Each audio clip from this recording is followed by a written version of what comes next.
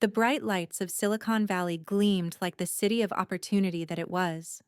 The air was filled with the hum of innovation, the pulse of ambition, and the sound of clattering keyboards. I had been here for 5 years, climbing the ranks at one of the most prestigious tech firms in the industry. I was proud of what I had built. My mind was my greatest asset. I was 30, smart-driven, and had finally earned a place at the table.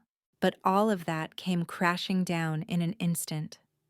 One moment I was celebrating my latest software development, a tool that was going to change the entire landscape of AI automation. The next, I was left staring at my best friend Lucas in disbelief as he presented my idea as his own. It all happened so quickly. I had been working late for weeks, pouring every ounce of my energy into perfecting my code. I trusted Lucas. He was my mentor, my colleague, and a supposed friend. We'd spent hours together brainstorming, debating, and tweaking our projects. We had worked on countless projects together, and I had shared my deepest ideas with him. So when he came into the meeting that morning confidently presenting a new AI tool, I felt a surge of pride. But it quickly turned to panic when I realized that it wasn't his idea, it was mine. The room was silent as Lucas described the intricacies of the software I had built down to the last line of code. He spoke with such authority, and the higher-ups were eating it up. I could see the recognition in their eyes, the admiration. They were already planning his promotion. But no one knew the truth. No one knew that Lucas had stolen my work. My heart pounded. I felt a heat rise in my chest as I stared at him. The anger bubbling inside me was suffocating. How could he do this? How could he betray me like this? I sat there numb, my mind racing. How long had this been going on? How many of my ideas had he taken without me knowing? Was it always this way? Was I just blind to his ambition? My head felt like it was going to explode, and I could hardly breathe. I had worked so hard for this moment. I had trusted him, and he had used that trust to climb over me. This wasn't just about the promotion, it was about my pride, my career, my future. I had given him everything, and he had thrown it all away, stealing the very thing that I had worked for. Later that evening, I confronted Lucas. He didn't deny it. In fact, he acted like it was no big deal. He shrugged it off like we were still the best of friends, like nothing had happened. "Kate, you're being dramatic. It's just business," he said with a grin. "You know how it works around here." I wanted to scream. I wanted to hit him, but I didn't. I stood there frozen, trying to keep my composure. "You took my idea, Lucas. You stole it. And now you're going to take the credit for it," I said, my voice shaking with fury. He looked at me, that damn smirk still on his face. "You know, Kate, you should be thanking me. I'm making it happen for you. I'm the one pushing this project forward." That was it. His words felt like a slap to the face. He didn't even care. He didn't care about me, about our friendship, or about the countless hours I'd spent working on this idea. All he cared about was his own success. I was done being angry. I was done being the one who was always overlooked. He had underestimated me, and that was his biggest mistake. I had never been one to sit idly by. No, I was going to show him what I was truly capable of. As I walked back to my desk that night, I knew what I had to do. I could feel it in my bones. The sting of betrayal, the fire inside me that wouldn't go out. I wasn't going to let Lucas get away with this.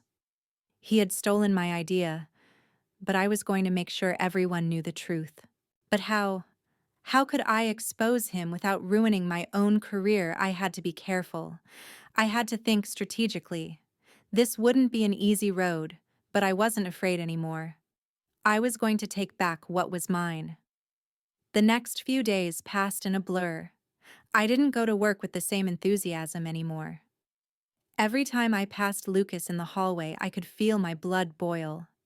I forced myself to smile, pretend like everything was fine, but inside, I was seething. I knew what I had to do, but the question lingered in the back of my mind.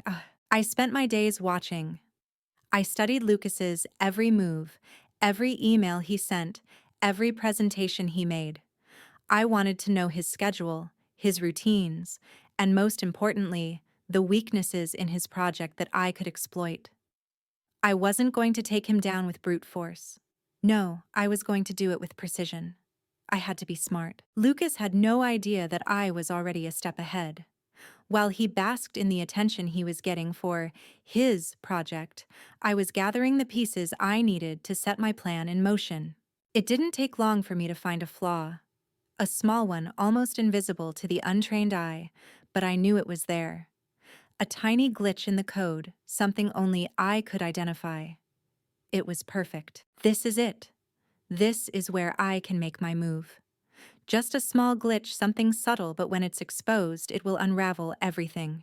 I couldn't help but feel a rush of satisfaction. I had done this before, found those tiny vulnerabilities in software that others missed. It was my specialty, my skill, and now it would be my weapon. I couldn't wait to see the look on Lucas's face when everything went wrong for him, and I would be the one to expose it. The tech conference was coming up, the perfect place to make a statement. All the industry leaders, the investors, and the media would be there waiting to see the next big thing.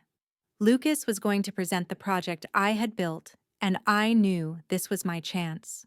I decided to set a trap. I would subtly insert the flaw into the software during the final stages of the presentation.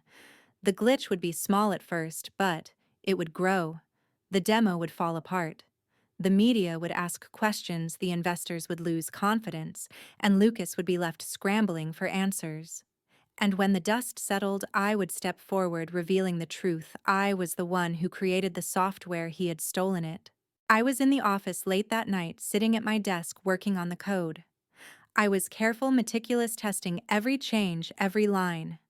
My fingers hovered over the keyboard as I made the final adjustments. The flaw was so subtle it would go unnoticed until it was too late. As I finished my work, a feeling of calm washed over me. I had taken control. This was no longer about revenge. It was about reclaiming my future. I left the office that night with a sense of purpose. The plan was set in motion. I could already picture the headlines. Rising Star or Falling Star. The truth behind the AI project. They wouldn't see it coming. Lucas won't know what hit him. He thinks he's untouchable. But everyone has their weakness, and I've found his. I had one goal now: to see Lucas exposed for who he truly was. The world needed to know that the so-called genius wasn't the one who deserved the spotlight. It was me. The days leading up to the conference were agonizing. I pretended to be fine, going through the motions, attending meetings, responding to emails. But inside, I was consumed with the thought of what was about to happen.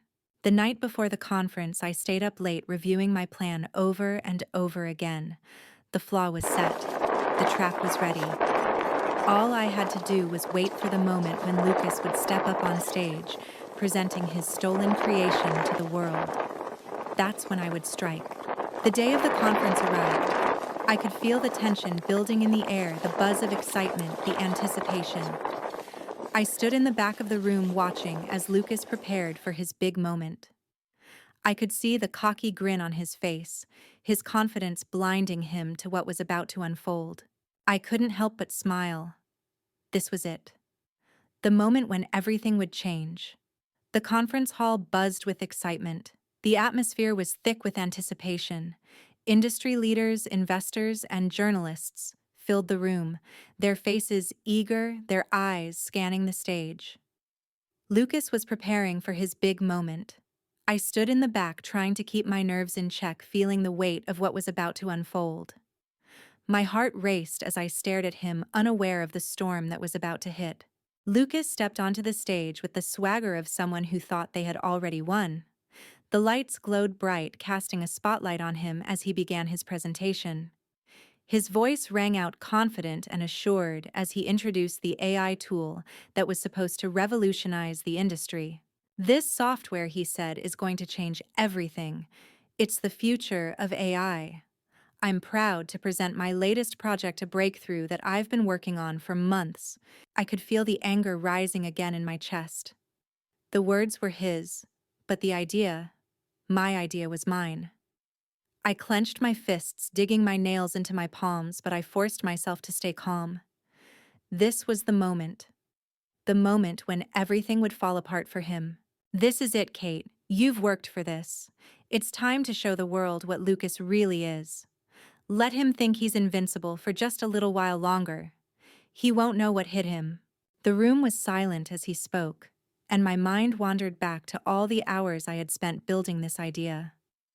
I had sacrificed so much time, energy, and trust.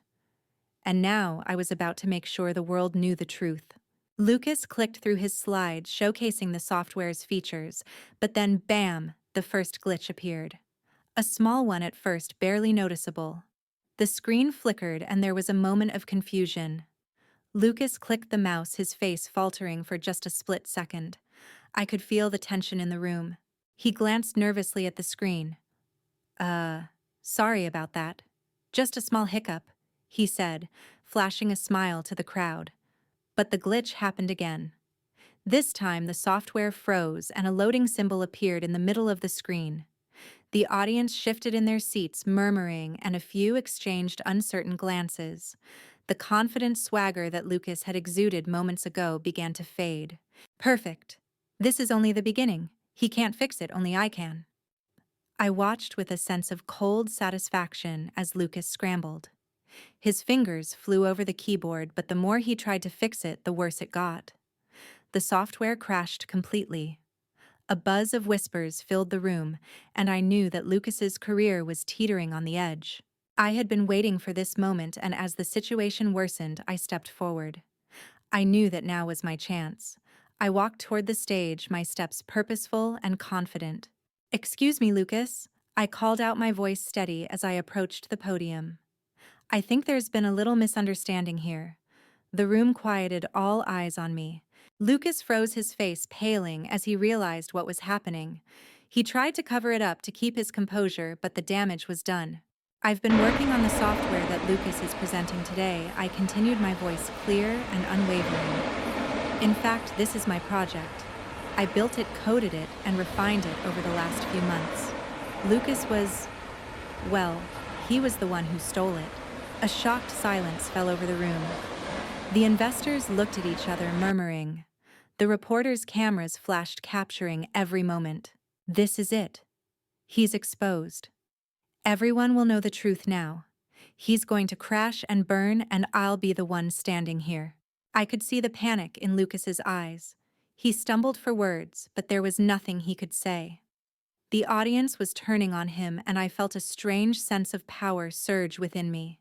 The betrayal I had felt for weeks now seemed distant, replaced with something colder, sharper. Justice. The room was chaos. People rushed to speak to reporters, and some of the investors stormed out. The murmurs and gasps filled the air, drowning out everything else. Lucas tried to salvage his presentation, but it was no use. The damage had been done. I stayed at the back of the room watching it all unfold. Part of me felt a deep sense of satisfaction, but another part of me was just exhausted. This had gone far beyond a simple act of revenge. This was my chance to claim my work, my future, and my integrity. As the conference came to a close, I saw Lucas standing in the corner, his head hung low. He looked defeated, broken. There was no joy in seeing him that way. It didn't feel like a victory. I had done what I set out to do, but there was no satisfaction in his downfall. The truth had come to light, and that was enough. But even as I walked out of the conference room, I knew this wasn't over. The road ahead was long, and the battle wasn't just with Lucas, it was with the entire industry. The world that had only seen him as the hero. Now it was my turn to rise. The days that followed the conference were a whirlwind of activity, but not for the reasons I expected. The media coverage was intense, and the stories spread like wildfire. Headlines screamed AI software scandal, stolen ideas exposed, and Lucas's name was plastered everywhere, mostly as a fraud. Yet there was something unexpected happening. Instead of a wave of relief and victory, I felt a strange emptiness in my chest. The aftermath of the conference wasn't what I thought it would be. I had exposed the truth, I had reclaimed my work, but in doing so, I had opened up a whole new set of challenges. The first hit came from my company. As expected, the higher-ups were furious with Lucas. He was immediately put on probation and his promotion was rescinded. The fallout from his theft reverberated through the office. People who had once admired him now avoided him. The air was thick with tension. But what I didn't expect was the internal investigation that followed. The company, though angry with Lucas, couldn't just ignore what had happened. They called me in for a meeting, and the conversation was far from easy. Kate, the CEO, said, his tone carefully measured. "We need to talk about your involvement in all of this." I froze. My stomach twisted. This was not what I had expected. This wasn't the moment of celebration I had envisioned. Wait. Why are they bringing me into this? I exposed Lucas for what he did. I did the right thing. Why am I the one under scrutiny? I had been prepared for Lucas to be angry, for him to try and shift the blame onto me. What I hadn't prepared for was being dragged into an internal investigation by my own company. The CEO continued, his voice laced with uncertainty. "We understand that you were wronged, but we also need to consider how you handled the situation. Exposing this in front of the media, while cathartic, has created a lot of negative publicity for the company." My heart sank. It was true. The company wasn't just concerned about Lucas, they were concerned about me. The weeks after the conference were a blur. I was no longer invited to the meetings I used to be a part of. My colleagues, while not openly hostile, treated me with a noticeable distance. The atmosphere at work had shifted. People were still whispering about the scandal, and many were wary of me. Lucas, on the other hand, was an open target. He had become a cautionary tale, a warning to those who thought they could get away with anything.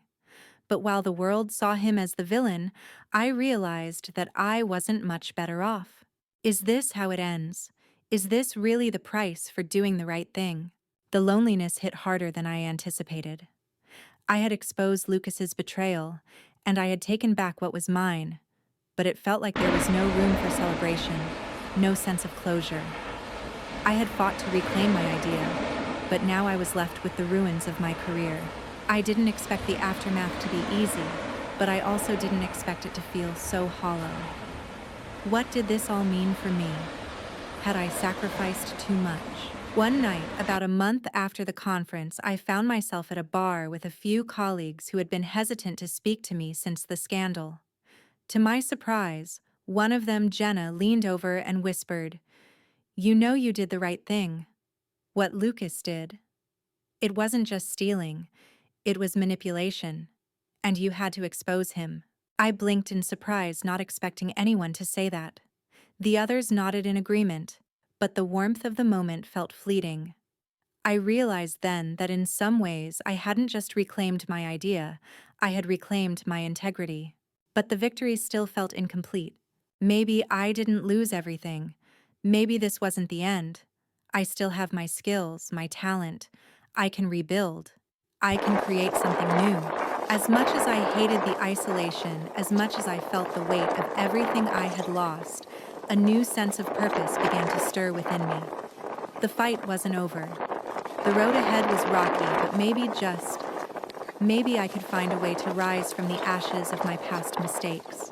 A few weeks later, I received an email from a rival tech company. They had been watching the fallout of my case closely and were intrigued by my talent. They were offering me a position, a role leading a new project that could change the way AI was implemented in the real world. It was everything I had been working for. It was a second chance. As I sat there reading the email, I felt a mixture of emotions. There was the excitement of new beginnings, but also the lingering pain of what I had been through. But I knew one thing for sure: this was my opportunity to take control again. I had a choice to make. I looked out the window, the cool night air brushing against my face. I wasn't sure what the future held, but I knew I was done feeling sorry for myself. I had lost things, I had sacrificed, but I still had the power to create. And that was something Lucas could never take away from me. The days following the offer from the rival tech company felt surreal. On one hand, I was excited, but on the other, I couldn't shake the unease in my chest. It felt like a new beginning, a second chance to prove myself, but there was still a gnawing feeling in my stomach. After everything I'd been through, the idea of starting over was both thrilling and terrifying. Could I really leave everything behind and rebuild? Could I trust myself again after everything had fallen apart? I spent the next few days thinking about the offer. The company was offering a substantial salary, a chance to lead a new project, and the opportunity to work with some of the brightest minds in the industry. It seemed like a dream come true, but I wasn't just looking for a new job. I needed to rebuild my reputation. I needed to prove that I was more than just the woman who had been betrayed. I had to show the world and myself that I was capable of more. I sat at my desk late one night staring at the email again. The words seemed to mock me, asking me to make a choice that could change everything. As much as I wanted to take the easy route and run from my past, I knew I couldn't. The real question was, could I handle it? Could I live with the weight of my choices? I've already lost so much, but I've also gained something I didn't have before: clarity. This is my chance to prove I'm not just the victim of a stolen idea. I'm the creator. I'm the one who deserves the spotlight. And I'm going to take it no matter how hard it is. I accepted the offer from the rival company. The next few weeks were a whirlwind of meetings, introductions, and late nights. The work was challenging, and at first I doubted myself. There were moments when I felt like an imposter, like I was still haunted by my past. But the team I was working with was brilliant. They believed in me, and slowly I began to believe in myself again. The new project was everything I had hoped for. It wasn't easy. There were setbacks, long nights, and moments of frustration. But for the first time in a long time, I felt like I was truly doing something that mattered. I was back on track, no longer just surviving, but thriving. A few months in my new team faced a major challenge. We were developing a new AI algorithm, and we hit a massive roadblock. It seemed like the project was at risk of failing. The pressure was on. The entire company was watching, and the weight of our work felt crushing. But instead of succumbing to the stress, I stepped up. I knew this was my moment to prove, not just to the company, but to myself, that I had what it took. I spent countless hours working through the problem, pulling in all the knowledge I had gained from my previous experience. Slowly, the pieces began to fall into place.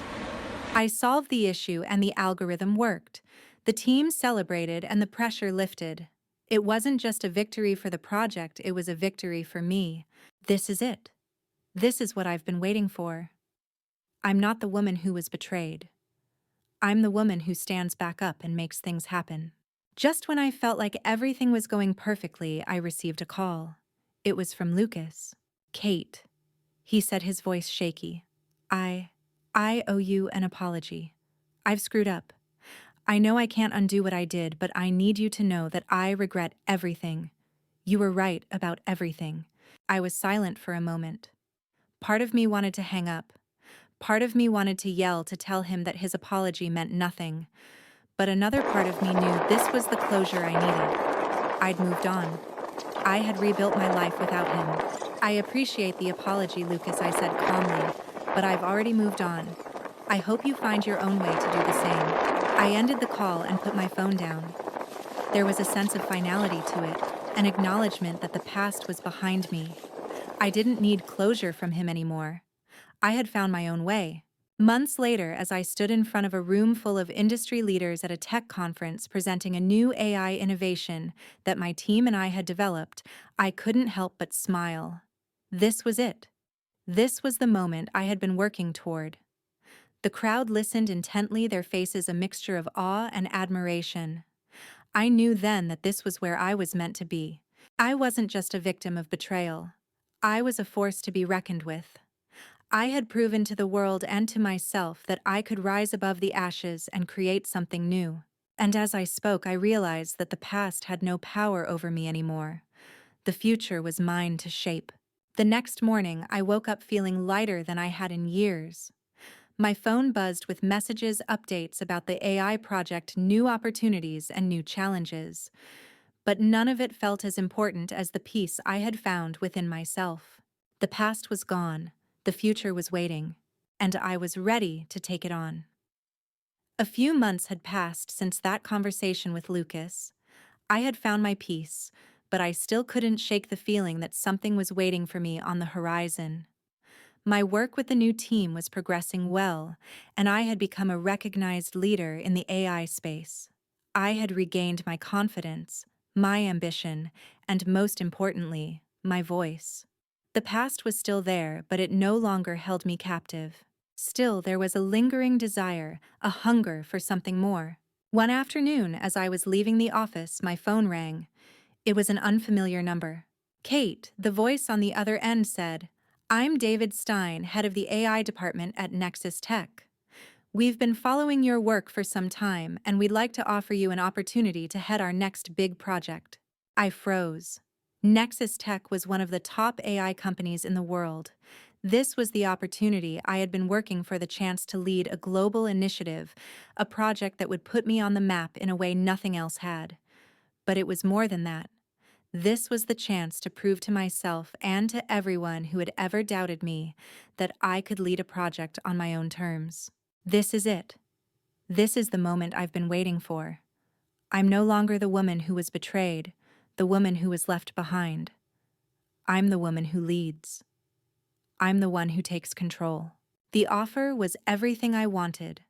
The salary was astronomical, the prestige unmatched, and the project itself was groundbreaking. But there was still a part of me that hesitated. I had worked so hard to rebuild my career. I had proven myself in my new role, but stepping into this position would mean leaving everything I had worked for behind. My current team, the colleagues who had become more like friends, and the company that had given me a second chance, all of it would be left behind. It wasn't an easy decision. The weight of the choice pressed down on me. But I knew in my gut that this was what I needed. I had already risen once from the ashes. Now it was time to rise again, and this time, I would do it on a global scale. I'm not walking away. I'm moving forward. This is my chance to make a real impact. I'm going to take it. Leaving my current company wasn't easy. I had built relationships, had become part of the fabric of the team. But when the time came to say goodbye, I did it with confidence. I had worked hard to get here, and I knew it was time to move on. Nexus Tech welcomed me with open arms. The project was everything I had hoped for and more. I quickly found my place as the leader of the AI initiative, and my team was filled with brilliant minds who were eager to follow my vision. But leading wasn't easy. There were challenges at every turn. I had to prove myself again, this time to a larger audience, to people who didn't know my story, didn't know my struggles, and didn't care about the past. They only cared about results. And I was determined to deliver. Months went by, and the project slowly began to take shape. We faced setbacks, technical issues, and moments of doubt. But with every challenge, I grew stronger. I knew that the work I was doing here would change the future of AI, and I was determined to make it happen. Finally, we reached a breakthrough. The algorithm we had been working on for months finally clicked into place. It was everything we had dreamed of: innovative, efficient, and scalable. I couldn't help but feel a rush of pride as I stood in front of my team, knowing that this was the moment we had all worked for. This is my moment. This is what I've been working for. And it's not just about the project. It's about everything I've had to overcome to get here. The project was unveiled to the world, and the response was overwhelming. The industry leaders were impressed. The investors were eager to jump on board, and the media coverage was massive. The recognition I received was more than I had ever expected. I was no longer just a part of the team. I was the leader, the one who had steered the ship through the storm. As I stood on stage accepting the award for innovation in AI, I couldn't help but think back to where I had started. I had been betrayed, abandoned, and underestimated. But now I was standing at the top of my game. and nothing was going to take that away from me. The applause echoed in my ears as I stepped off the stage. I had done it. I had proven to the world and to myself that I was more than just a victim of betrayal. I was a force to be reckoned with. I knew that this was only the beginning. There would be more challenges ahead, more battles to fight, but for the first time in my life, I felt ready for whatever came next. The road I had walked had been long and difficult, but I had risen from the ashes, and now I was in control of my destiny. Months passed, and the project at Nexus Tech became a landmark achievement in the AI industry. Our breakthrough algorithm was not only changing the way AI was used, but had also opened doors to opportunities I hadn't dreamed of. Media outlets, conferences, and top industry leaders now sought my expertise. But as much as I appreciated the recognition, I couldn't shake the feeling that there was something more I needed to accomplish. I had risen to the top, but the question remained, what legacy would I leave behind? At the peak of my success, I found myself asking the hardest question I had ever faced: what now? I had rebuilt my career. I had proven my worth, but now the rush of success felt fleeting. I had been so focused on proving myself, on showing everyone, including Lucas, that I was capable of greatness, that I hadn't thought about what I wanted beyond success. My company was flourishing, but I felt a void growing inside me. Was this all there was? Was my life destined to be a string of achievements, one after another, with no deeper purpose? I thought I would be happy with all this success, this recognition. But now that I have it, I feel like there's something missing, something more. I'm not just here to be a leader, I'm here to create something that lasts. But how? One afternoon, on a rare break, I decided to visit my old office, the place where it all started, before the betrayal, before Nexus Tech, before everything changed. As I walked through the familiar halls, a flood of memories came rushing back.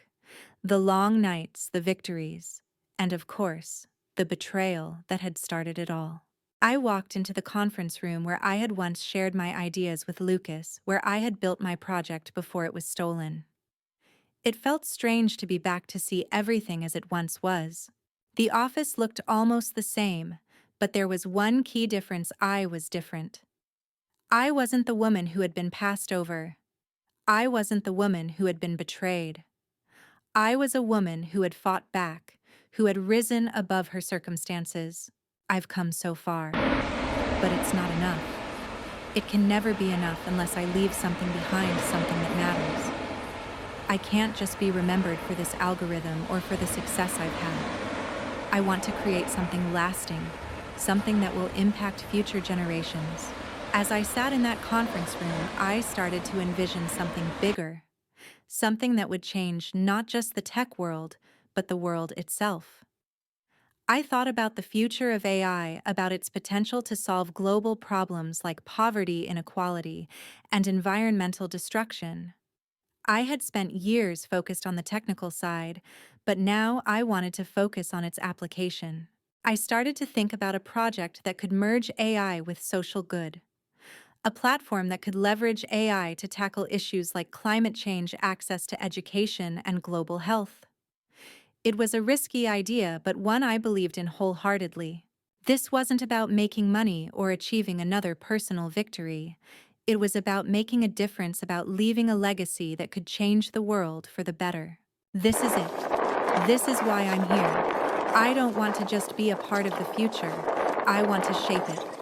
And this is how I will do it. With renewed purpose, I spent the next few weeks drafting a proposal for a new company, a company that would use AI for social good. I reached out to colleagues and old friends in the industry, explaining my vision and asking for their support.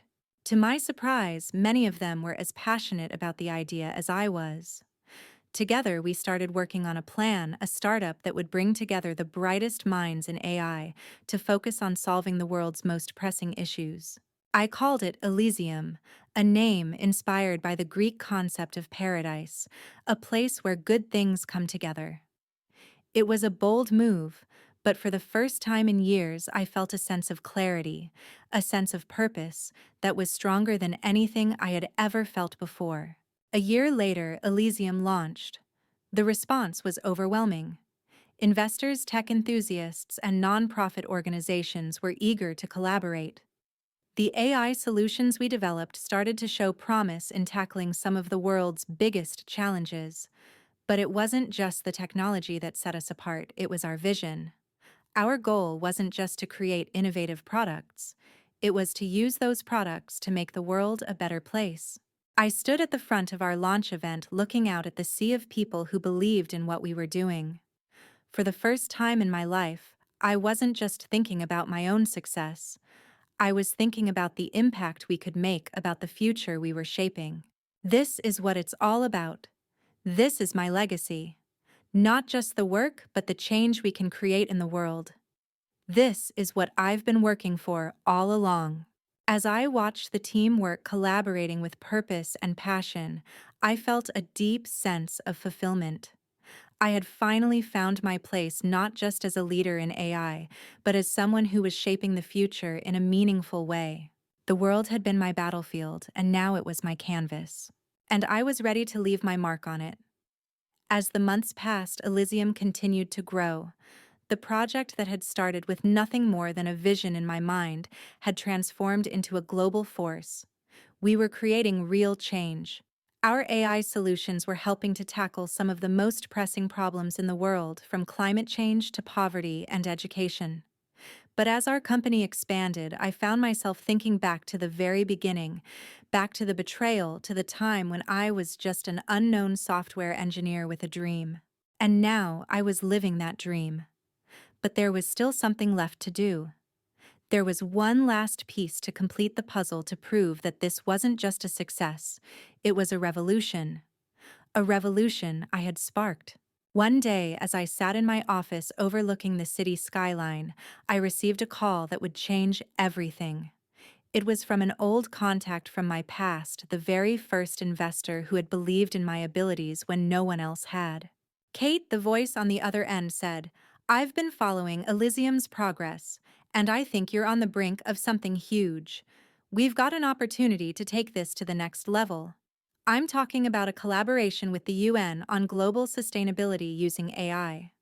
This could change the entire way the world handles climate change, resource management, and social inequality. But we need someone who not only has the technical know-how, but the heart to make it happen. Someone like you." I listened, my heart racing. The opportunity was huge, but with it came a new set of challenges. Taking Elysium to the global stage, partnering with the UN, impacting millions of lives, would require more than just cutting-edge AI solutions. It would require leadership on a scale I had never imagined. This is it. This is the chance to prove that Elysium is more than just a company. It's a movement. But is it too big? Am I ready for this next step? The excitement inside me grew, but so did the pressure. The stakes were higher now. The world's problems were massive, and the solution we were working on was just the beginning. Could we make a real difference? Or would we fall short like so many before us? After several rounds of meetings and discussions with world leaders and experts in sustainability, I realized this was no longer just about AI. This was about creating a world-changing solution, one that would be sustainable, scalable, and truly impactful.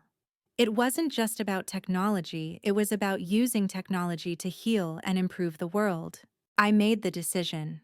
I would lead Elysium in this global venture, partnering with international organizations, pushing the boundaries of what we could achieve. I wasn't doing this for fame, for recognition, or for profit. I was doing this because I believed we could change the world for the better.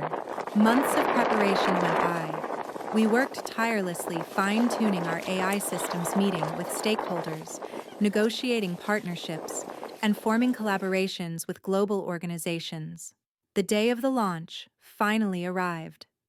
I stood before a crowd of thousands: world leaders, scientists, business leaders, and media representatives. Elysium was about to launch a new AI-driven initiative designed to combat climate change and improve resource management globally. It was a step toward a future where AI wasn't just a tool, but a force for good. I took the stage feeling the weight of the moment. I was no longer the woman who had been betrayed. I was no longer the woman who had to prove her worth. I was standing there as a leader who had created something that could truly change the world. This is it. This is everything I've worked for. Not for the success, not for the glory, but for the change. This is the revolution I started, and now it's going to take flight. The impact was immediate. Within the first few months of the launch, the AI systems we developed were being implemented in several countries to monitor and reduce carbon emissions, improve water usage, and optimize food distribution in developing nations. The UN reported a significant reduction in waste management inefficiencies, and AI-driven environmental data models began to show a real improvement in resource allocation. But what struck me the most was the stories of ordinary people whose lives were changing. Farmers in remote parts of Africa were using AI to optimize their crop yields, while schools in underserved regions were using AI-powered platforms to educate children who had no access to traditional resources. The world was starting to see the ripple effects of our work. And with it came the realization that Elysium was more than a company, it was a movement. This is what I always dreamed of. Not just a legacy in the tech world, but a legacy that changes lives. We've only just started, and the possibilities are endless. One evening, as I sat back in my office reflecting on everything I had accomplished, I couldn't help but think of the road that had brought me here. The betrayal, the pain, the loss, and the strength I had found in the aftermath of it all. I realized then that everything had led me to this moment. Without the betrayal, without the fight, I wouldn't have found the strength to build Elysium to lead this global initiative. It was a painful journey, but it had shaped me into the leader I was today. I looked out the window at the city lights, the world sprawling before me. I had come full circle, and I knew that my story was just one chapter in a much larger book. The real work was just beginning. As I closed the door to my office for the night, I felt a sense of peace. I had fought, I had risen, and now I was part of something bigger than myself. The legacy I had always sought wasn't just about building something lasting. It was about creating a world that would remember the change we made and how we used our talents to heal the planet. I had become the woman I always wanted to be. A leader, a creator, a change maker. And I was just getting started. It had been a year since Elysium's global launch, and the world was starting to take notice. The results were undeniable. AI-driven solutions were helping millions of people, creating sustainable practices that were truly changing the world. It was more than just a company. It was a movement. And as I watched it grow, I couldn't help but feel a sense of pride, but also a sense of wonder. How had we come this far? How had a small idea born out of betrayal and pain blossomed into something so much greater? But now the world was changing faster than I had anticipated. New challenges loomed on the horizon, challenges that were larger and more complex than anything we had faced before. And once again, the question I had avoided for so long arose. What would my legacy be? How could I ensure that what we were doing would last long after I was gone? A global crisis was emerging, climate change was accelerating at an alarming rate, and resources were becoming more scarce by the day. Governments and organizations were scrambling to implement solutions, but progress was slow.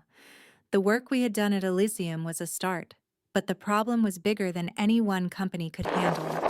As I watched the world struggle, I knew that Elysium couldn't just be a participant in the solution, it had to be the catalyst. Our AI systems had the potential to be the tipping point, but we needed to think even bigger. We needed to scale faster, reach more people, and tackle the underlying issues that were holding back progress. The time for incremental change was over. We needed to make a massive impact, and fast. I've always wanted to leave a legacy. But it's not enough anymore. We can't just be a part of the change, we need to drive it. This world is changing, and we need to move faster than the problems it faces. I called an emergency meeting with my team at Elysium to discuss the next step. It was clear to me now that our mission needed to expand. We couldn't just focus on AI for sustainability. We had to address the systemic issues that were hindering progress on a global scale. The problem wasn't just climate change, it was the lack of global coordination, the economic disparities, and the inefficiency of existing systems that were holding us back. Elysium needs to become more than a tech company, I told the team. We need to create a new kind of global platform, one that leverages AI not just for solving environmental issues, but for creating a new framework for global collaboration. This platform will connect governments, corporations, NGOs, and citizens. It will streamline how the world works together, and it will do it using AI to optimize resources, track emissions, and ensure that no one is left behind. There was a mix of surprise and excitement in the room. Some of the team members had concerns, but they knew that if anyone could make it happen, it was us. This is bigger than I ever imagined, but it's exactly what the world needs, and it's exactly what I need to leave behind, a legacy that will shape the future. I won't rest until we've made this vision a reality. The idea was ambitious, but the more I discussed it with my team, the more it became clear that this was our true calling. We were no longer just creating products or solutions for niche markets, we were creating a global ecosystem. The AI platform we envisioned would integrate with every aspect of society: agriculture, industry, energy, education, and healthcare. It would provide a comprehensive, real-time understanding of the world's systems, helping decision-makers in every corner of the globe act more efficiently and equitably. But we knew this wasn't going to be easy. We had to secure massive investments, collaborate with governments, and build infrastructure that could support the scale we were aiming for. It wasn't just about technology, it was about changing the way the world worked.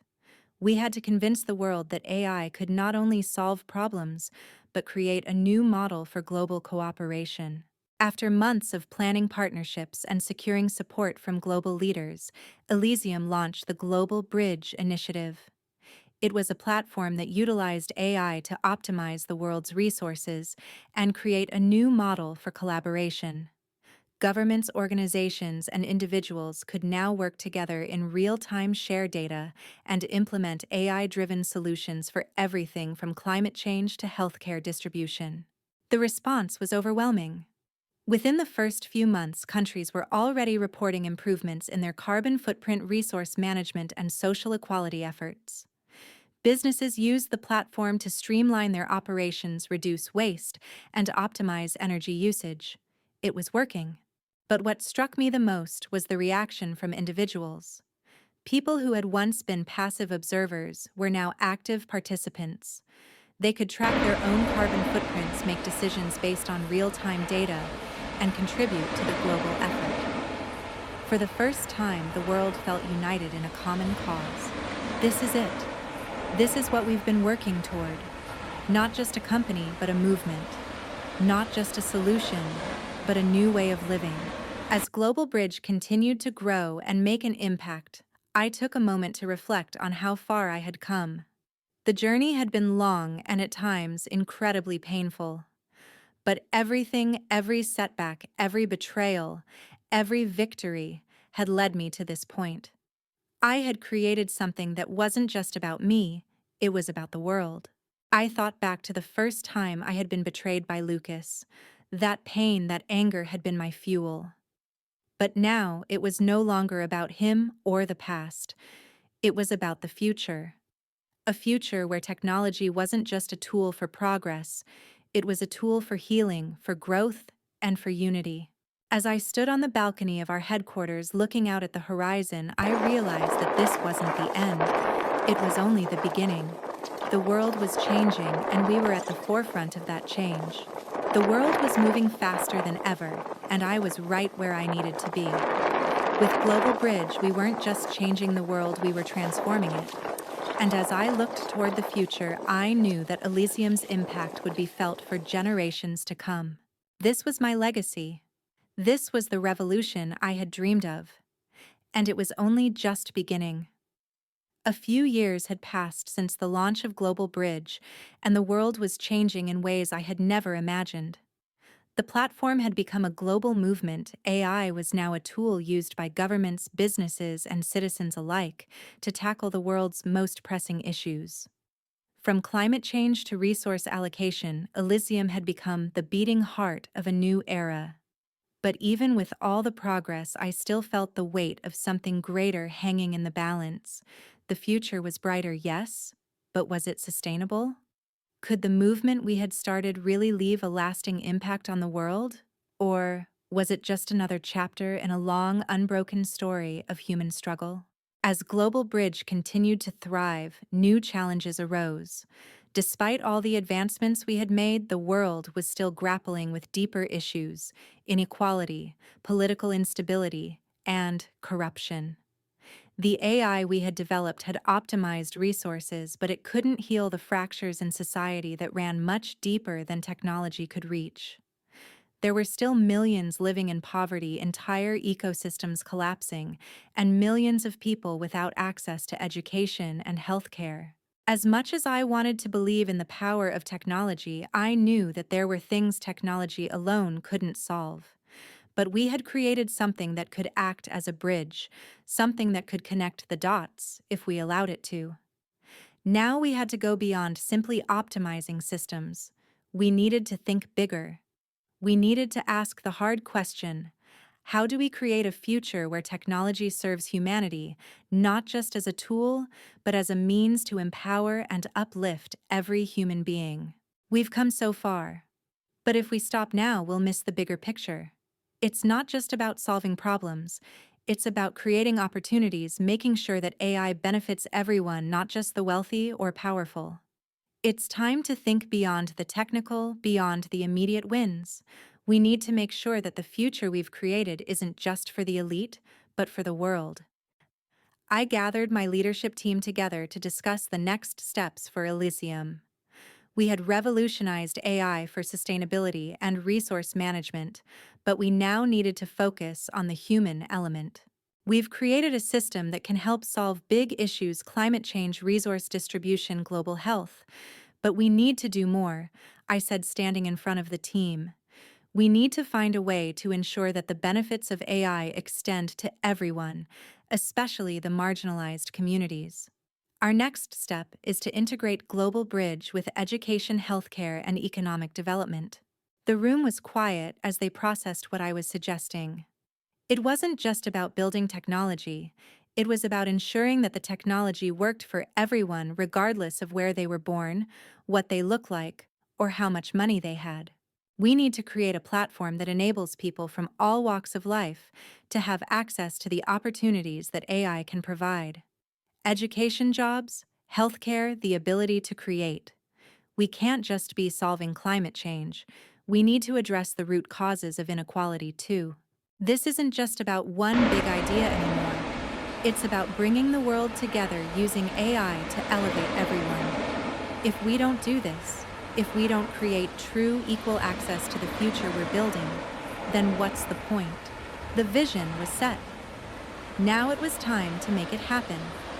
Elysium shifted its focus, adding new sectors to the platform: education, healthcare, and economic empowerment. The AI systems we had already created for resource management were adapted to allow individuals to access online education, free healthcare services, and job opportunities directly through the platform. We collaborated with NGOs, governments, and businesses worldwide to integrate Global Bridge into existing infrastructure. AI-powered learning platforms were created for underprivileged children in developing countries. In regions with inadequate healthcare, AI-driven medical systems were set up to diagnose diseases and provide treatments remotely. We even created an initiative that connected people from different countries to share skills and knowledge through an AI-driven marketplace. It wasn't just about providing jobs. It was about providing opportunities for people to rise, to be heard, and to contribute to their communities in meaningful ways. The shift we had initiated began to take hold. Rural communities that had once been overlooked now had access to online education, remote healthcare, and AI tools to help with farming. Small businesses were thriving thanks to AI-driven support systems, and people were finding new ways to connect across borders. Global Bridge had become more than just a platform for sustainability. It had become a platform for hope. The impact of our work was spreading. From sub-Saharan Africa to Southeast Asia, from rural America to remote villages in the Amazon, people were using Global Bridge to better their lives, to access education, healthcare, and economic opportunities that had once been out of reach. As I saw these changes unfold, I realized that the revolution we had started was more than just a technical achievement, it was a social one. Elysium wasn't just a company, it was a tool for global change. This is the future. This is what I've always wanted. It's not just about AI. It's about creating a future that works for everyone. And now, we're doing it. Despite all the progress, there were still challenges ahead. Resistance came from unexpected places, governments wary of AI's potential for disruption, businesses unwilling to share data, and individuals hesitant to trust the systems we had created. But we persisted. We knew that the future depended on our ability to make this work. The real test was not just about overcoming external resistance. It was about sustaining the momentum, keeping the focus on what really mattered, creating a future that was inclusive, sustainable, and empowering for all. And as we continued to build, adapt, and evolve, we knew that our work would never be done. The world was constantly changing, and so too must we. As I stood in front of a room full of world leaders, business executives, and social activists at a global summit celebrating Global Bridge's success, I felt an overwhelming sense of pride. We had done it, not just as a company, but as a global movement. We had connected people from all corners of the earth, empowered them, and given them the tools to create a better world. And as I looked out over the sea of faces, young and old, from all walks of life, I realized that this was more than my legacy. It was the legacy of a world that had come together, powered by the technology we had created. The future was no longer something to fear. It was something to build. Years passed, and Elysium continued to evolve. The platform we had built together was no longer just a tool, it had become a global movement. AI-driven solutions were now integrated into every facet of life, helping to heal the planet, tackle global inequalities, and create opportunities for people across the world. But while the work we had done was revolutionary, I knew that the journey was far from over. The world was changing rapidly, and with those changes came new challenges. New obstacles to overcome, new opportunities to seize. And the question that had been nagging at me for years still echoed in my mind: what will the future look like? The world had made incredible strides thanks to Elysium and other innovations that followed, but now we were facing unprecedented challenges. Climate change, while still a major issue, was no longer the only concern. Political instability was rising in many parts of the world, fueled by economic disparity, misinformation, and social unrest. Technology, the very thing that had brought about the revolution we had all hoped for, was now also being used to manipulate and divide. The AI solutions we had created were still working, still helping, but it was becoming clear that they couldn't solve the larger issues of human behavior. We needed to think about the human element again, the mindsets, the belief systems, the structures that held society together. It wasn't enough to optimize resources if we didn't address the fundamental divides in our world. We needed to focus on unity, on creating a world where technology was not just a tool for the privileged few, but a bridge for everyone, everywhere. We've done so much, but we've only scratched the surface. We've optimized the systems, but now we need to optimize humanity. It's not just about fixing the environment or distributing resources more efficiently. It's about creating a society where everyone has the opportunity to thrive, where technology serves as a force for connection, not division. I gathered my team and some of the most brilliant minds in the world to discuss the next phase of Elysium. This new challenge wasn't just about technology, it was about the people using it. We needed to create a new kind of AI system, one that didn't just optimize processes, but helped optimize human potential.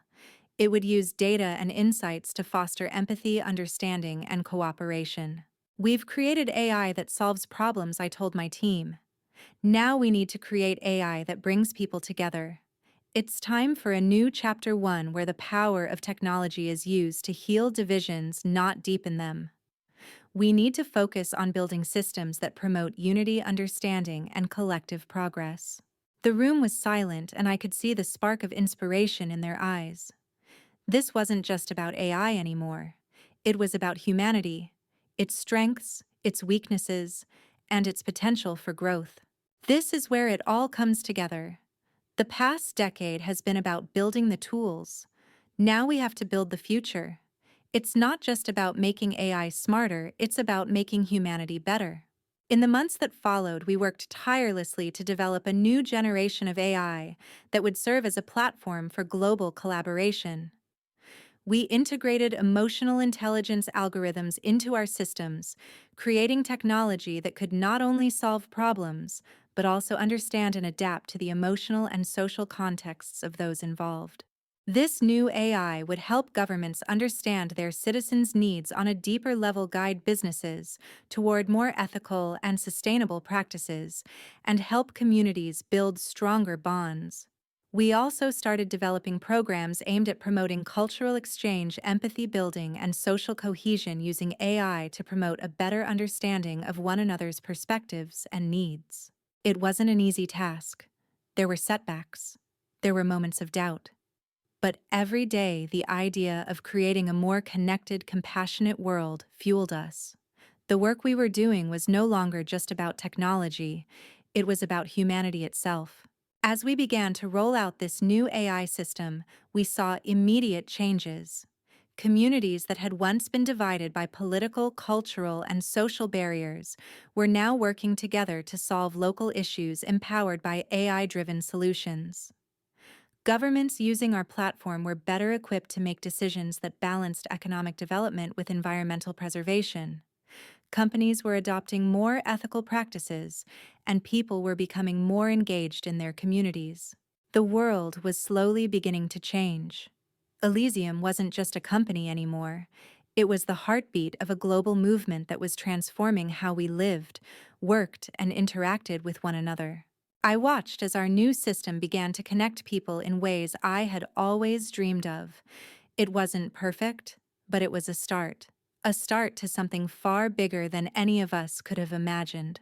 This is what we were meant to do. We weren't just here to solve the world's problems with AI.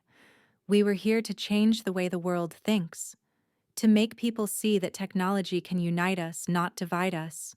This is just the beginning. As the years passed, Elysium grew into something that was no longer just a business or a technology. It had become a global institution, a force for positive change that transcended borders, ideologies, and industries. Our platform was now used by millions of people in every corner of the world. The world we had worked to build was not perfect, but it was better, more connected, more compassionate, more collaborative. And as I stood before a crowd of leaders, activists, and citizens at a global summit celebrating the success of Global Bridge and our new initiative, I realized something. The true legacy of Elysium wasn't just in the technology we had created, but in the world we had helped to shape. It was in the lives we had touched, the connections we had fostered, and the future we had made possible. We hadn't just optimized systems, we had optimized humanity. As I left the summit and walked through the streets, I couldn't help but smile. The world was different now. And as I looked at the people around me smiling, talking, collaborating, I realized that the future I had always envisioned was already here. It wasn't perfect, but it was real. And for the first time, I felt truly at peace. I had created something that would last, something that would continue to evolve, to grow, to impact generations to come. My legacy wasn't just about the work I had done, it was about the future we had all built together. As Elysium's influence spread across the globe, something unexpected happened. The work we had started was no longer just about solving environmental issues, optimizing resources, or even improving lives with technology.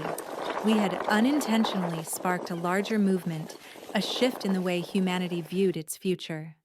People were beginning to see technology as a tool, not just for convenience or profit, but as a vehicle for empathy, understanding, and unity. But with this new age of possibility, new challenges arose. The impact of Global Bridge was immense, but as we looked towards the future, we realized that the true test had only just begun. Could we truly create a sustainable, harmonious world, not just through innovation, but through global collaboration? It had been a few years since the launch of the new AI systems focused on global unity. I watched with a mix of pride and awe as more nations adopted our platform and more communities were empowered to make real change. People were finding their voices, collaborating across borders, and using AI to drive social change, economic equality, and environmental restoration. Yet there was a growing sense of urgency. Climate change was still worsening despite our efforts. Political tensions were escalating. Technology, though a force for good, was still being used to manipulate, divide, and control. For all the progress we had made, we knew we had to take Elysium to an even greater level. We had to make sure that AI and technology could serve humanity, not just a few powerful players in the game. We've done so much, but we're still not there. We've created something good, but we need to do more. The world is changing fast, and we need to be the ones to shape that change, not just react to it. I gathered a small group of trusted leaders, both inside and outside Elysium, to discuss how we could elevate the platform. The world had become more interconnected than ever, but the divisions, economic, political, social, were still holding us back. It was time to move beyond just providing solutions to problems. It was time to create a universal framework that would connect every human being, every community, every nation, in a way that allowed us all to work together for the betterment of the planet. I've been thinking a lot about the future, I told the group. What if instead of focusing on isolated projects or even specific problems, we build a system that allows people from every background to have a voice, to share ideas, and to contribute to the solutions that affect their lives directly? There was silence in the room as they took in the enormity of the idea. But after a moment, one of the leaders nodded. "This is bigger than we've ever thought," he said. "But it's the kind of global system that could work. A platform where everyone from farmers to scientists to activists can come together with the same goal in mind, creating a sustainable, equitable world." This is the next step. It's no longer just about fixing the broken systems. It's about creating a new system, one that is inclusive, collaborative, and powered by AI. It's about bringing everyone together and making sure no one is left behind. The new initiative we began was a massive undertaking. We called it the Global Unity Framework, a platform designed to connect people at every level. The goal was to democratize not just information, but the very tools needed to create change. We integrated AI into every level of society, from local communities to global decision makers, to ensure that everyone could access the resources, knowledge, and power to shape their futures. This new system wasn't just about delivering solutions, it was about fostering relationships, building trust, and creating a global network of cooperation. We embedded algorithms that could identify the most pressing needs in each community, highlight the resources available, and match individuals and groups with the skills, funds, and technologies they needed to make a difference. But it was about more than just technology. We implemented AI-driven conflict resolution tool systems to encourage empathy and programs designed to promote cultural exchange and understanding. We weren't just optimizing the world, we were teaching people how to work together. As the Global Unity Framework began to roll out, the transformation was palpable.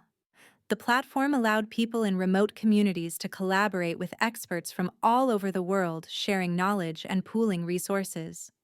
Healthcare access improved drastically in rural areas where medical professionals had once been scarce. Farmers in Asia were using AI to boost crop yields while reducing environmental impact. Schools in Africa used AI-driven platforms to teach students who had never had access to a formal education. The early signs were incredibly promising, but there were still challenges ahead. Resistance came from entrenched power structures that didn't want to lose control. There were political leaders, business magnates, and media organizations that sought to undermine what we were building. But the response from the global community was too powerful to ignore. We were creating something that couldn't be taken away by any one entity. It was a global movement. This is the vision we've been working for. Not just a solution to the world's problems, but a new way of living, of collaborating. The barriers that once divided us are starting to fall, and we're just getting started. As the platform grew, so did its influence. We began seeing signs of true global unity, but there were also moments of doubt. Countries still bickered over resources, ideologies, and power. People still resisted change, clinging to old ways of thinking.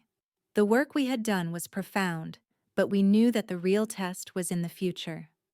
Could this movement we had sparked grow beyond our control? Could it truly lead to lasting peace, sustainability, and equality? And in those moments of uncertainty, I would remind myself of the vision that had led us this far. I had spent my life fighting for change, and I was watching it unfold before my eyes. We were creating a world that worked for all people, not just the privileged few. A world powered by technology, yes, but a world where technology was used to empower humanity, not enslave it. One evening, I stood on the balcony of the Elysium headquarters, watching the sunset over a city that had transformed before my eyes. The sky was vibrant, filled with the kind of colors that reminded me of hope. The hope we had created, the hope we were still building. And as I looked out over the horizon, I knew that this was only the beginning. There was still work to do, still challenges to face. But for the first time in my life, I felt at peace with the world we were building. We had started something big, and now it was in the hands of humanity. And that was the legacy I had always dreamed of. The future was not something to fear anymore. It was something we had the power to shape. Years after the successful launch of Global Bridge and the transformation it brought to the world, I stood before a new challenge. While Elysium had created a ripple of change, I now saw that the true test wasn't just about building solutions, but ensuring they could withstand the tests of time. The progress we had made could easily be undone if we didn't build an unbreakable foundation, one rooted not just in technology, but in the collective will of the global community. We had established AI as a tool for unity, but now it was time to turn our focus inward toward the human element of what we had built. Elysium wasn't just about technology, it was about people and the relationships that would ensure its longevity. After years of progress, there was a growing realization within Elysium: no matter how advanced our AI systems had become, no matter how many communities had been transformed, the key to true sustainability lay in human collaboration. Technology, no matter how powerful, was only a tool. The real power lay in how people connected, shared, and acted as one. We needed to focus on building a lasting, interconnected global network of individuals and organizations working towards a common purpose. AI can connect us, but it is our collective actions that will keep us together. I said during one of our internal meetings, surrounded by the leaders who had been with me from the beginning. We've optimized resources and systems, but now we need to create a new kind of connectivity, an unbreakable bond between people across the world. This was not just about improving technology. It was about weaving it into the fabric of society so that people's actions could resonate globally with the power to shift the course of history. We needed a new kind of trust, a new kind of community that would support and sustain our work for generations to come. Technology alone can't save us. It's not enough to build tools. We need to build relationships that will withstand the challenges ahead. The next step in our journey isn't about the next breakthrough. It's about ensuring that the change we've created isn't just a passing phase. We need to make sure that the bonds we've forged are unbreakable. As I reflected on the past and the future, I realized that true unity would require not just participation, but active contribution. It would need a system where every voice could be heard and every community could contribute no matter how big or small. The future of Elysium wasn't about a select group of powerful leaders, it was about empowering everyone to have a stake in their own future. Let's create a platform that enables people from every community, every nation to share their ideas and contribute, I propose, to the team. We need a global space where people can work together toward one goal: sustainability, equality, and harmony. Let's make this a place where collaboration is constant, where the exchange of ideas is seamless, and where no one is left behind. We were ready to expand Elysium into something greater. We would create a system that wasn't just about technology working for people, but about people actively shaping the technology they depended on. It's time to stop thinking of people as just end users of technology. We need to think of them as partners in this journey. Every person, every community, every nation should feel that they are part of something larger than themselves, something they helped create. We began developing what we called the Human Nexus. It was designed to be a collaborative platform where individuals from all walks of life could contribute their ideas, share resources, and participate in decision-making processes that affected the world.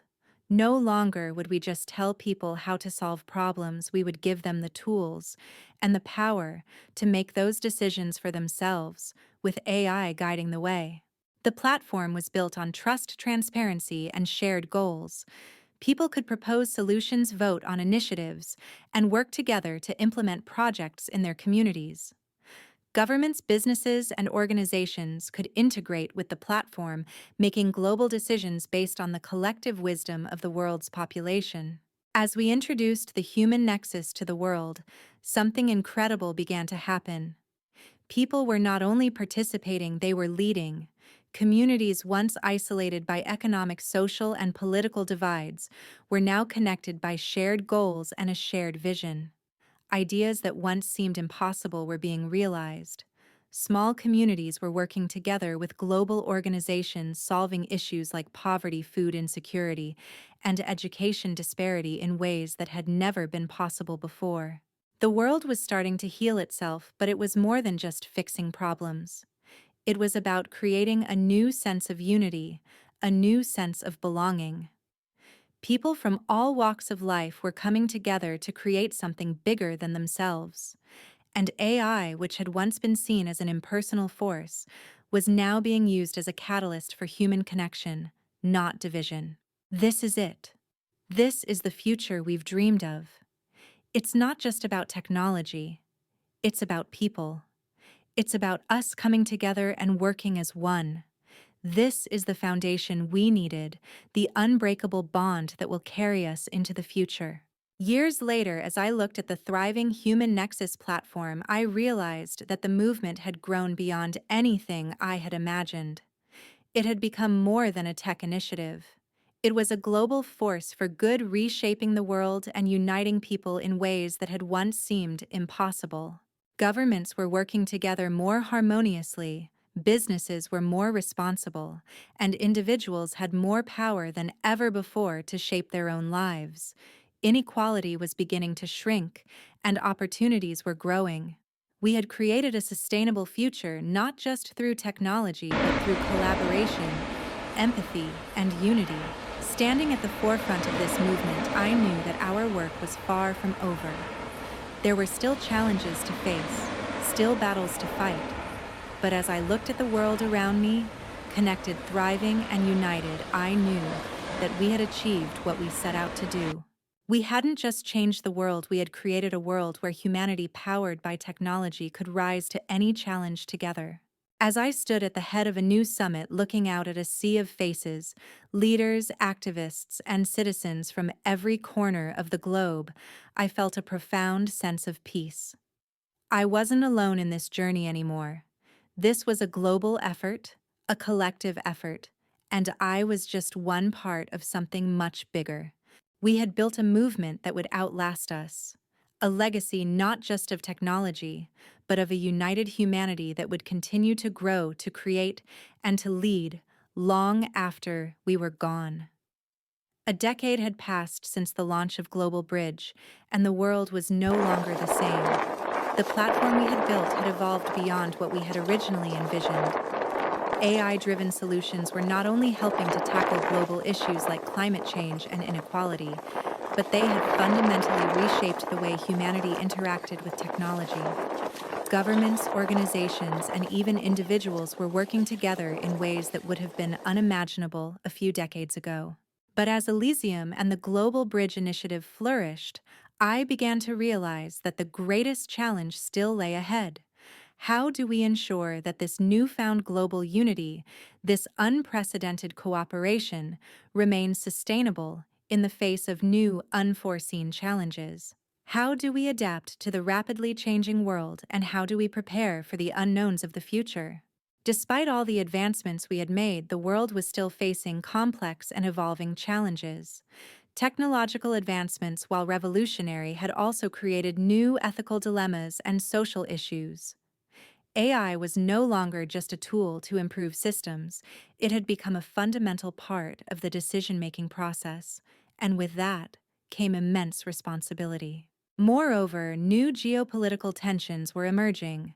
Some nations that had benefited from Global Bridge's platform were now trying to use technology for political gain, seeking to control the flow of information and resources. As AI continued to drive innovation, it also amplified the divisions that had once seemed impossible to bridge. In this new landscape, the very unity we had created was being tested. We had built a bridge, but would it be strong enough to withstand the pressures of an uncertain future? We've built something beautiful, but now we have to protect it. The future isn't going to wait for us to figure out how to adapt. We need to act fast, think ahead, and ensure that this vision we've created for the world doesn't fall apart because of the challenges we can't yet foresee. I knew that to truly secure a lasting legacy, we couldn't simply rely on our past successes.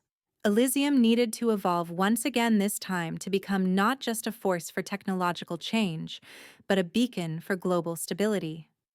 We had already used AI to connect people, but now we needed to create systems that would anticipate and solve problems before they arose, systems that would help humanity stay unified even as it faced new uncertainties. The idea I proposed to my team was simple.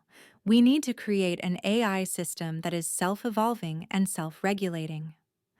A system that adapts, learns, and grows alongside the changes in the world, one that remains open to new ideas and flexible enough to respond to crises before they occur.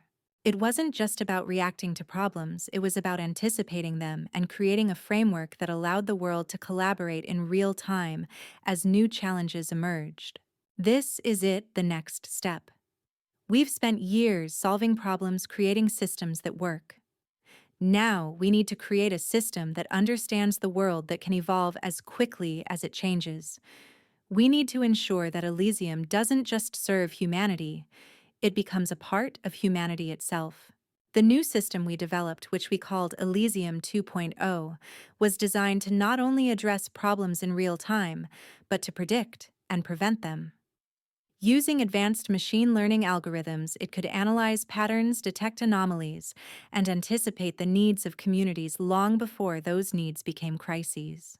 But the real innovation was in the platform's ability to adapt to the unique cultural, economic, and political contexts of each region.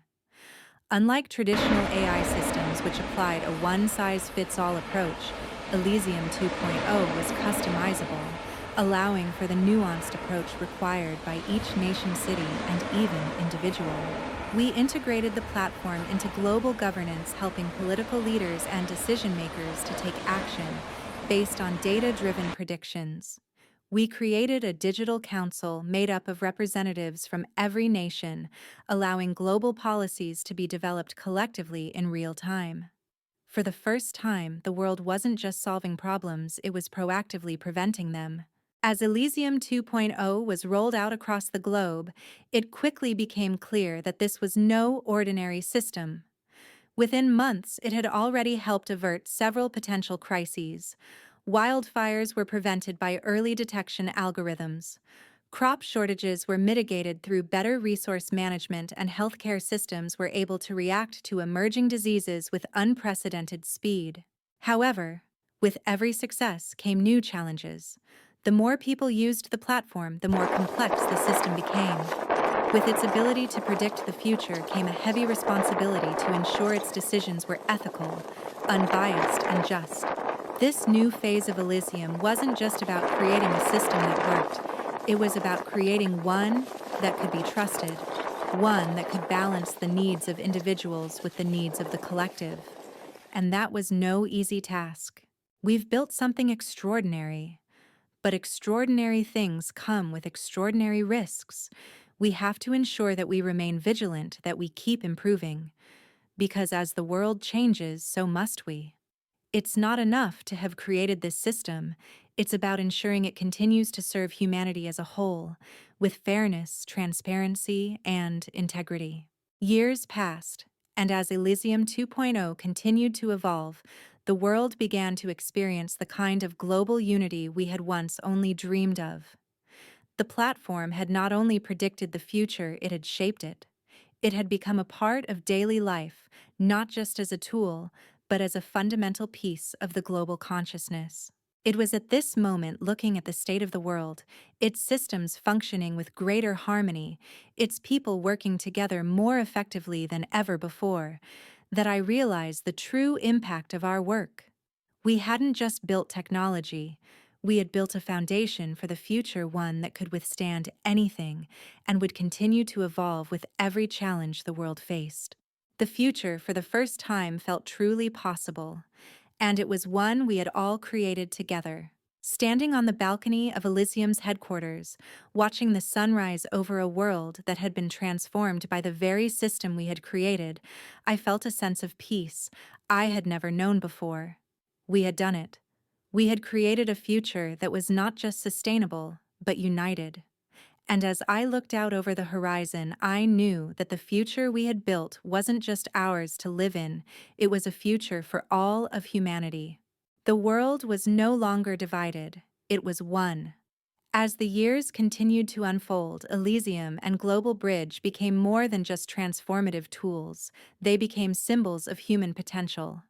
What we had started with was now a global ecosystem with interconnected systems, people, and nations working together in unprecedented harmony.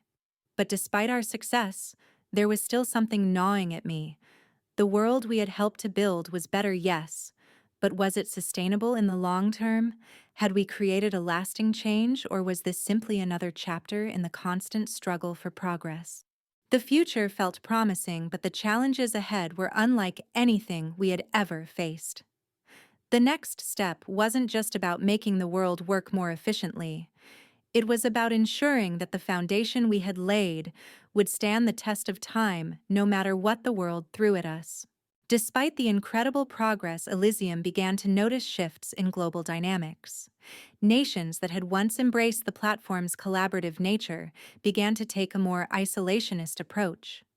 Political forces shifted and, as new global challenges emerged, such as the rapid expansion of automation data, privacy concerns, and the effects of climate change, new fractures began to form in the global landscape. The vision we had worked so hard to implement needed recalibration. We couldn't afford to take the progress we had made for granted.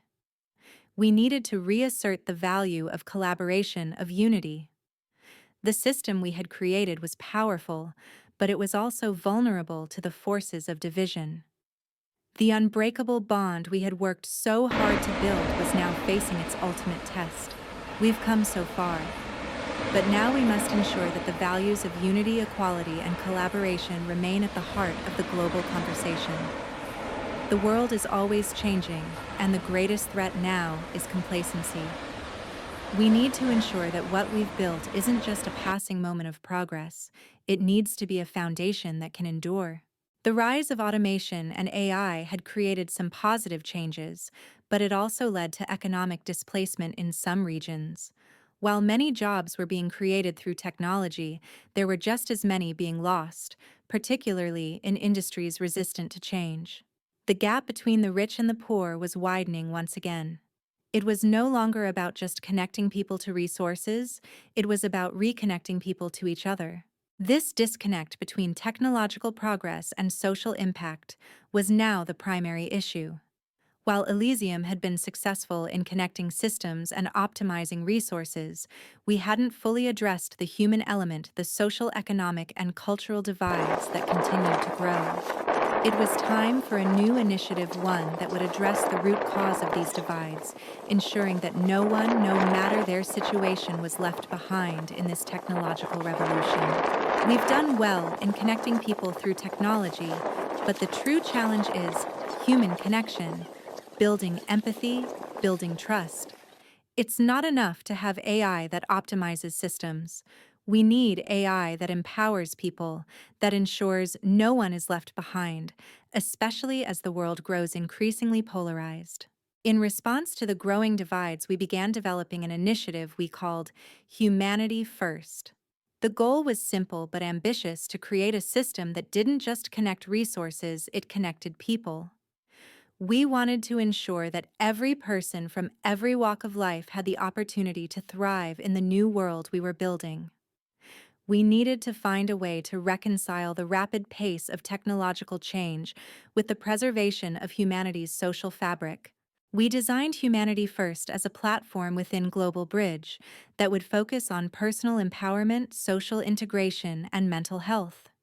It would include education programs, skill-building workshops, and collaborative platforms where people could share not just ideas, but experiences. Through AI-driven insights, we could tailor these programs to the unique needs of individuals, while ensuring that everyone had access to the resources and opportunities needed to succeed. At its core, Humanity First wasn't just about technology. It was about using technology to create a more equitable world where no one was excluded from the benefits of innovation. As Humanity First was rolled out globally, the impact was immediate. Communities that had once felt left behind by the rapid pace of change were now coming together to rebuild their social structures. Through AI-facilitated platforms, individuals were able to connect across cultural and geographic boundaries, working together to address local problems with global solutions. In regions where economic inequality had caused strife, Humanity First created spaces for collaboration. People were not just finding jobs, they were finding their place in a new, interconnected world. It wasn't just about survival anymore. It was about thriving together. Social ties were being reformed, and the barriers that once divided people were slowly beginning to fade. The initiative was working, but it wasn't a cure-all. We had created a system, but now we had to ensure it could evolve with the changing tides of the world. It was time for humanity to take the reins with technology as a trusted partner, not a replacement for the human spirit. This is the path forward. It's not just about making life easier with technology, it's about using technology to make life better for everyone. We've always talked about global unity. Now we have the chance to prove that it's not just a dream, but a reality that we can all build together. Years later, Humanity First had become a beacon of hope and progress. What we had started as a vision of unity and equality was now a living, breathing system that connected the world in ways we had never dreamed possible. People were no longer isolated in their struggles. They were collaborating, learning, and growing together. As I stood before a crowd at a global summit, I looked out over the sea of faces, people from all walks of life, each with their own story, their own struggles, but united in a common goal to build a better world. The journey had been long, but it had been worth every step. The sun was setting over the city, casting a golden hue over everything. I felt a profound sense of peace as I looked out over the world that had been forever changed. We had built something lasting, something real. The future once uncertain was now something we could shape together. And as I stood there surrounded by the culmination of our work, I knew that the unbreakable bond we had created between humanity, technology, and the world would endure no matter what the future held. We had planted the seeds for a better tomorrow, and they were already beginning to grow.